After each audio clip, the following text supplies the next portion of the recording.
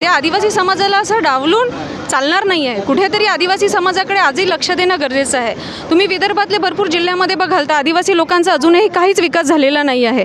त्या लोकांना जोडणे हे आपलं पहिलं काम आहे आणि त्याच्यामध्ये सुद्धा तुम्ही आदिवासी लोकांचा तुम्ही जो त्यांना मिळालेला जो हे आहे म्हणजे एक पर्सेंटेज त्याच्यामध्ये कुठल्या तरी दुसऱ्या जातीला त्याच्यामध्ये ओढून टाकणे हा परस्पर म्हणजे एका स्पष्टपणे दिसणारा आदिवासी समाजांवर होणारा हा अन्याय आहे आणि हा अन्याय आम्ही कधीच होऊ देणार नाही.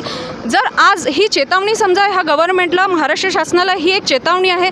जर त्यांनी आज आम्हाला आमच्या ह्या आंदोलनाला सिरियसली नाही घेतलं तर नक्कीच आम्ही रस्त्यावर उतरू आणि खूप आक्रमक पद्धतीचं आम्ही आंदोलन करू आणि आम्हाला आमचा न्याय आम्ही हा दुसऱ्या कुठल्या जातीला आम्ही देऊ देणार नाही. तुम्ही महाराष्ट्र सरकारला इशारा दिलेला आहे की आंदोलन तीव्र करू, परंतु तुमचे जे आदिवासी नेते आहेत आमदार आहेत खासदार आहेत तर त्यांची भूमिका काय याच्यामध्ये? त्यांची भूमिका आहे बघा.